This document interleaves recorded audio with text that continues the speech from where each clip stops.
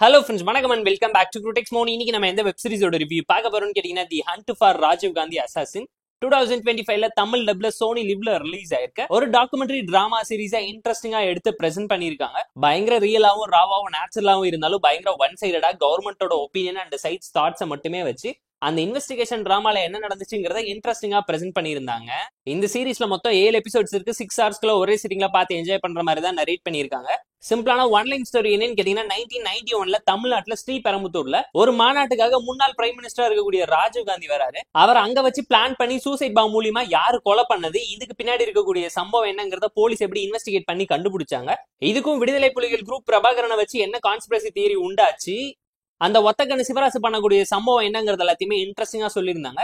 Climax 5 நிமிஷத்துல ஒட்டுமொத்த சீரீஸுமே அடிச்சு ஒடுத்துற மாதிரி ஒரே ஒரு கேரக்டர் பேசின ஒரு டைலாக் சூப்பரா இருந்துச்சு நான் சொல்லுவேன். அந்த ஒரு பர்சனோட ஒரே ஒரு டைலாக் மூலியமா தமிழ்நாட்டுல ஒரு பிரைம் மினிஸ்டரோட சாவை ஒரு கவர்மெண்டே எப்படி மூடி மறைச்சிருக்காங்க, அதுல இருந்து குற்றவாளிகள் எப்படி தப்பிக்கிறாங்க, அதனால என்ன நடக்குது, டிலேடு ஜஸ்டிஸ் டினைடு ஜஸ்டிஸ்ங்கிறத இந்த சீரீஸ் பார்க்கும்போது நீங்களுமே ரியலைஸ் பண்ணுவீங்க. தமிழ் லைவ்ல இருக்கக்கூடிய ஒரு நல்ல டாக்குமெண்ட்ரி டிராமா சீரீஸ் தான் சொல்லுவேன். ரியல் லைஃப் இன்சிடென்ட்ஸை இந்த அளவுக்கு இன்ட்ரெஸ்டிங்கா கண்டிப்பா யாராலையுமே பிரசென்ட் பண்ண முடியாது. அந்த அளவுக்கு நேச்சுரலான அந்த அட்மாஸ்பியரை கிரியேட் பண்ணி கேரக்டர்ஸை ஃபீல் பண்ண வச்சு த்ரூ தி எக்ஸ்ட்ரீம்க்கு இவங்களோட கான்ஸ்பிரசியை தாண்டி புக்ல நடந்த ரியல் லைஃப் இன்சிடென்ட்ஸை இன்ஸ்பயர் பண்ணி தான் கதை பண்ணியிருக்காங்க.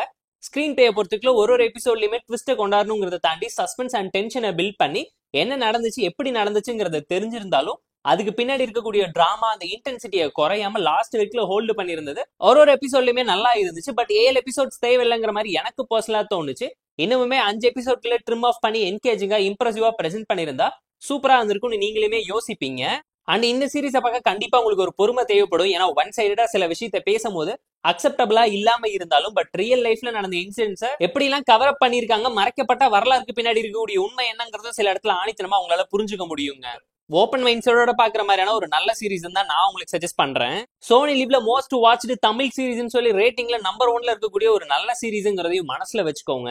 சீரீஸ்ல ஒரு சில ஃபிளாஸ் இருந்தாலும் ஃப்ளோ எந்த இடத்துல அஃபெக்ட் பண்ணல, ஃபேமிலி அண்ட் ஃப்ரெண்ட்ஸ் கூட பார்த்து என்ஜாய் பண்ற மாதிரியான ஒரு ஹிஸ்டாரிக்கல் டாக்குமெண்ட்ரி டிராமாவை மிஸ் பண்ணிடாதீங்கன்னு தான் நான் உங்களுக்கு ரெக்கமெண்ட் பண்றேன். The hunt for Rajiv Gandhi assassin சீரீஸ்க்கு நம்ம தரக்கூடிய ரேட்டிங் கேட்டீங்கன்னா 7 out of 10. இந்த வீடியோ உங்களுக்கு பிடிச்சிருந்தா லைக் பண்ணி, கமெண்ட் பண்ணி, ஷேர் பண்ணி, சப்ஸ்கிரைப் பண்ணி சப்போர்ட் பண்ணி. இந்த வீடியோ பிடிக்கலாம் மறக்காம டிஸ்லைக் வச்சு கமெண்ட் பண்ணி. நம்ம டெலிகிராம் சேனலுக்கு லிங்க் டிஸ்கிரிப்ஷன்ல இருக்கு. ஜாயின் பண்ணிக்கோங்க. டெய்லி அப்டேட்ஸ் உங்களுக்கு வந்துடும். Tata bye, see you, love you all.